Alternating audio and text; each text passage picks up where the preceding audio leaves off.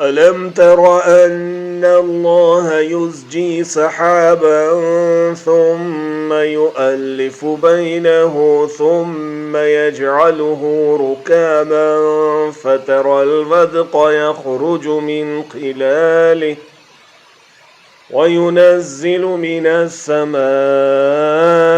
من جبال فيها من برد فيصيب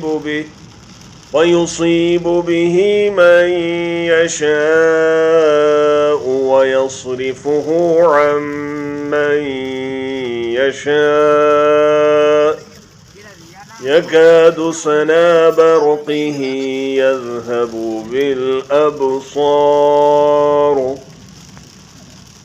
क्या आपने नहीं देखा कि अल्लाह ताला बादलों को चलाता है, फिर उन्हें मिलाता है, फिर उन्हें तह बतह कर देता है, फिर आप देखते हैं कि उनके दरमियान में से मेह बरसता है।